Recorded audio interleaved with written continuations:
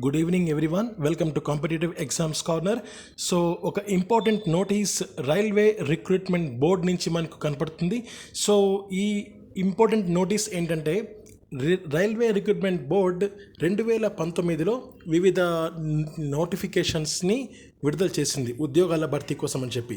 So ఆ recruitment process ఏదైతే ఉంటుందో అది డిసెంబర్ 2020 నుంచి మొదలుపెట్టింది. సో అదే విషయాన్ని వాళ్ళు ఇక్కడ ఇచ్చారు. So the recruitment process has commenced from December 2020 after easing of restrictions imposed on account of COVID-19. So COVID-19 ఏవైతే ఉంటాయో అడ్డంకులు ఉంటాయో సో అవన్నీ మేము చూసుకొని ఆ ప్రాసెస్ని 2020 డిసెంబర్ నుంచి మేము స్టార్ట్ చేసాం. So further scheduling of CBT has been held up because of various restrictions imposed by the affected states due to the spread of COVID-19 pandemic once again.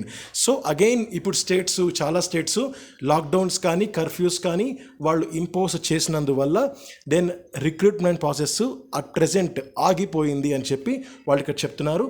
And the last point, candidates are hereby informed that the further scheduling of examinations will be advised in due course once the restrictions imposed by various states are eased.